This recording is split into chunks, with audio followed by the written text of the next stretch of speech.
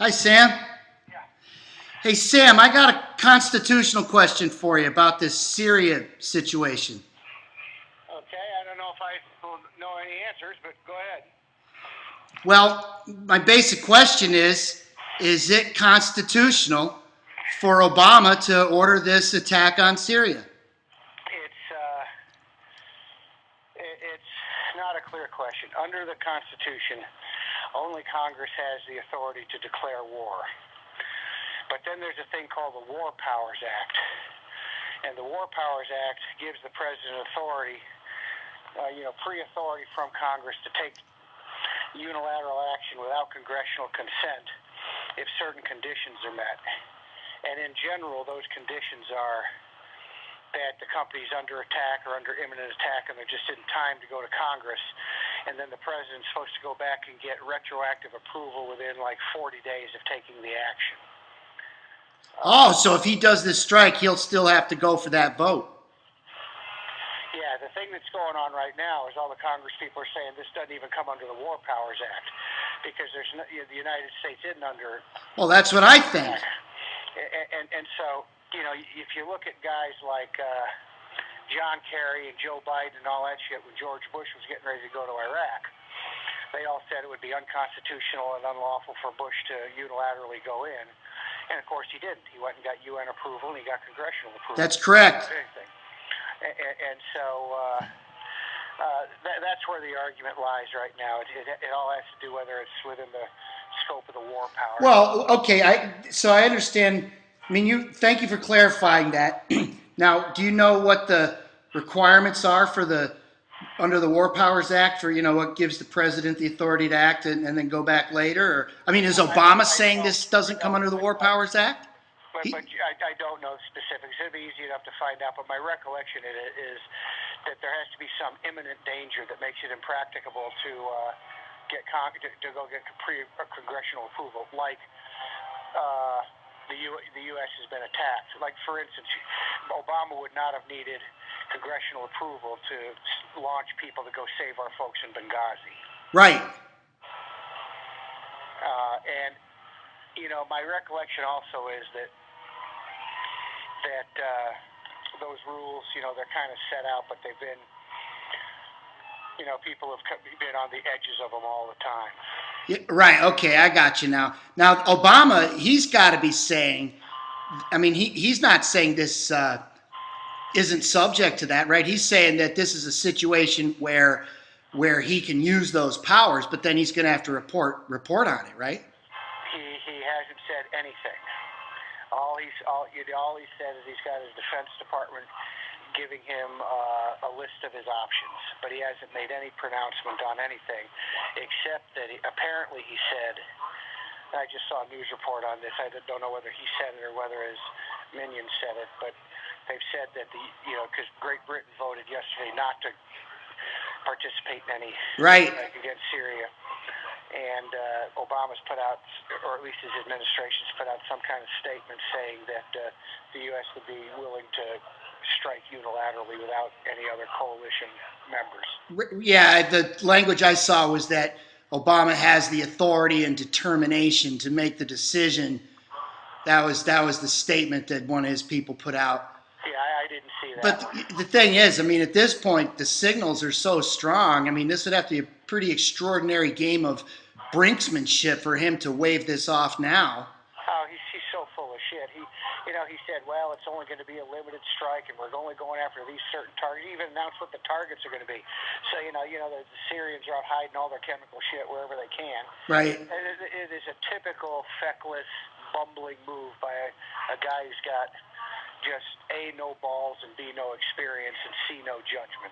It's fucking scary. And now because he drew this line in the sand and he's let people walk across them so many times that everybody, Putin fucking laughs at him. Yeah. And so he's going to do something just to show he's got some cojones, kind of like what Clinton did in Bosnia. And the first Bush did in Panama did that. I don't remember. Everybody was calling him a wimp prior to going down there into Nicaragua and arresting Noriega.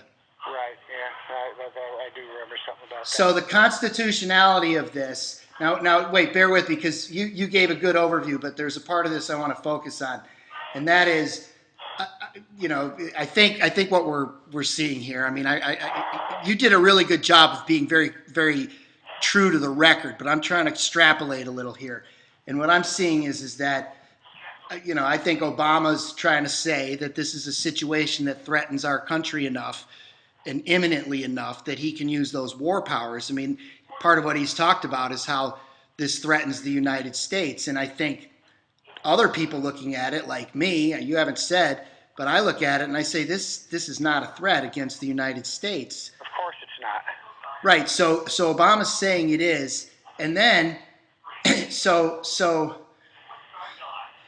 well, I mean, how can he be held account to that?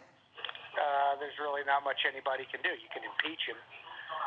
You can pass a resolution deploring what he did, and you can do some slap on the wrist. Why isn't Congress stepping up and saying, hey, like Boehner and his own party, they should be calling him and saying, Barack, look, we're your friend. We're on your side. We're on the same team. This is not the way to play this. We'll help you with this. We won't embarrass you. Work with us. I mean, those guys got to fix this.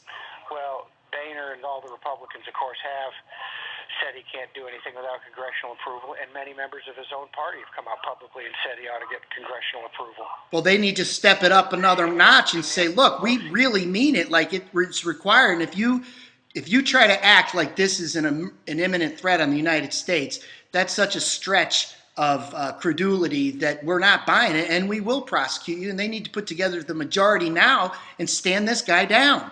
Yeah, that would never happen. People in his own party would never do that. But they should. Well, what he's going to do is he's going to lob a few cruise missiles in there, not put any Americans in harm's way. And, of course, who knows what the repercussions are going to be. The Iranians have said, look, you attack Syria, we're going to attack Israel. And if the Iranians do that, I mean, check this scenario out.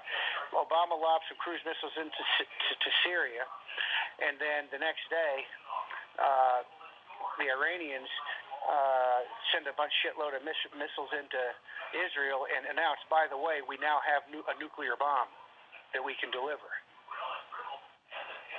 Wait, I missed that part about you mean you're proposing maybe Iran has a nuclear bomb and this would be their opportunity to unveil it? Yeah. Yeah, it would. Then Obama's really gotten himself into a tight sphinctered situation. I got a question for you. Just for the sake of his own image.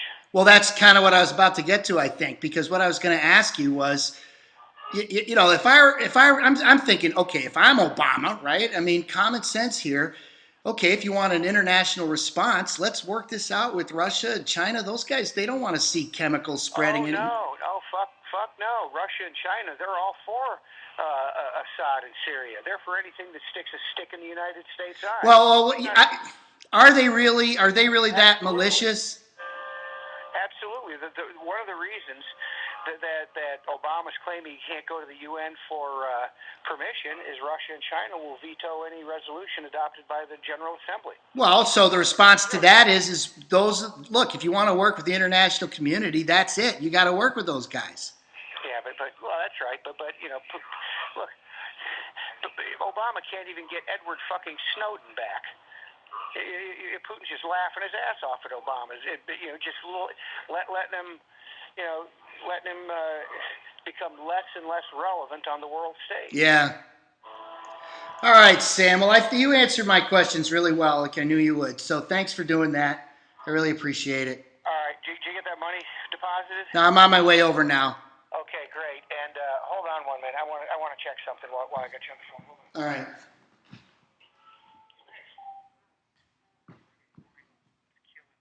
Oh,